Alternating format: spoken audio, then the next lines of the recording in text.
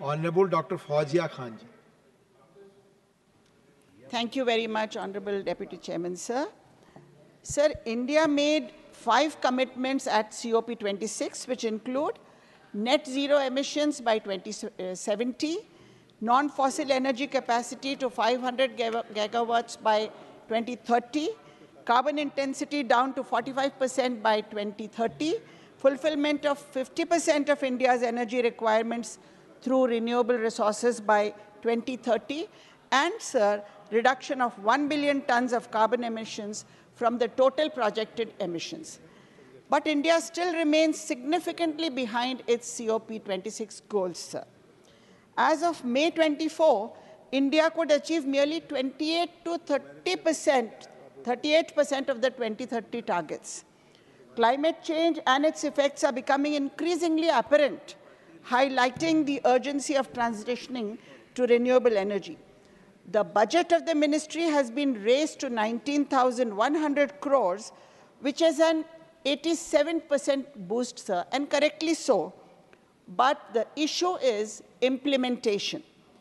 Maharashtra, for instance, the highest consumer in the country, consumed 126 terawatt hours in 2021. This has been projected to reach 200 by 2028. And in 2023, renewable energy contributed to just 17% to the total energy generation of the state and 34% to its installed capacity, sir. Despite Maharashtra's potential to generate about 2 lakh megawatts of renewable energy, 11.79% of India's total, its installed capacity as on 30th June 24 was only around 17,000 megawatts. Similarly, the PM Kusum scheme intended to promote solar power projects in the farmlands has underperformed significantly, with gross underutilization of funds and minimal progress towards set targets. The budget places a strong emphasis on solar power by allocating approximately 85% of the total budget to this sector, with 44% dedicated specifically to off-grid solar power. Once again, sir, implementation is the question. An example which could be cited here is, although 4 lakh solar pumps have been sanctioned for off-grid areas in Maharashtra, only 79,000 have been installed.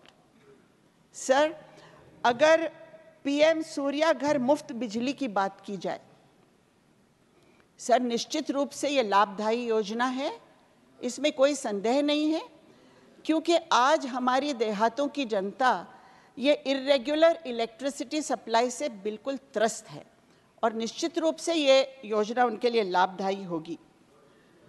Sir, जहाँ तक कि इस योजना का नाम है, इस योजना के नाम से मुझे एक बात ध्यान में आती है। सर, चूहा पिंजरे में क्यों फंसता है? चूहा पिंजरे में इसलिए फंसता है, सर, कि पिंजरे में उसे समझ में नहीं आता है कि पिंजरे में रखी रोटी उसे मुफ्त में क्यों मिल रही है। सर, यहाँ जहाँ तक नाम का संबंध है, तो नाम में सिर्फ शब्द मुफ्त है, लेकिन योजना में कुछ भी मुफ्त नहीं है, सर। ये योजना सब्सिडाइज्ड योजना है।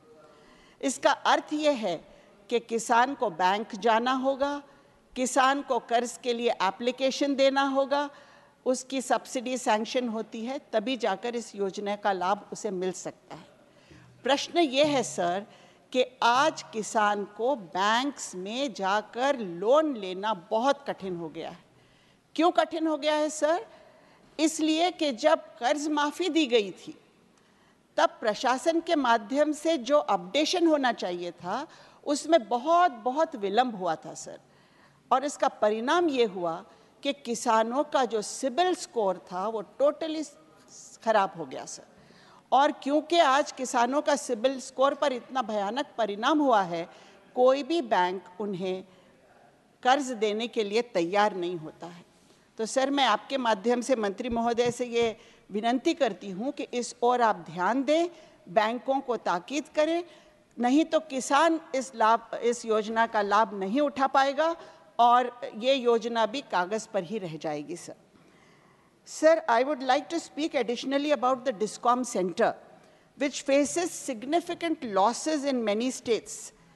It could be integrated into the PM Surya Ghar Muft Bijli Yojana through the RESCO model. Sir, this would involve... All right, sir, thank you. Complete your words. Complete the sentence, please.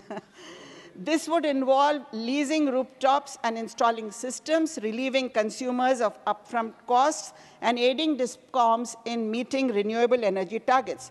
Let us move towards a secure future for our upcoming generations in real earnest. Thank you, sir. Thank you, Fauzia Khan ji.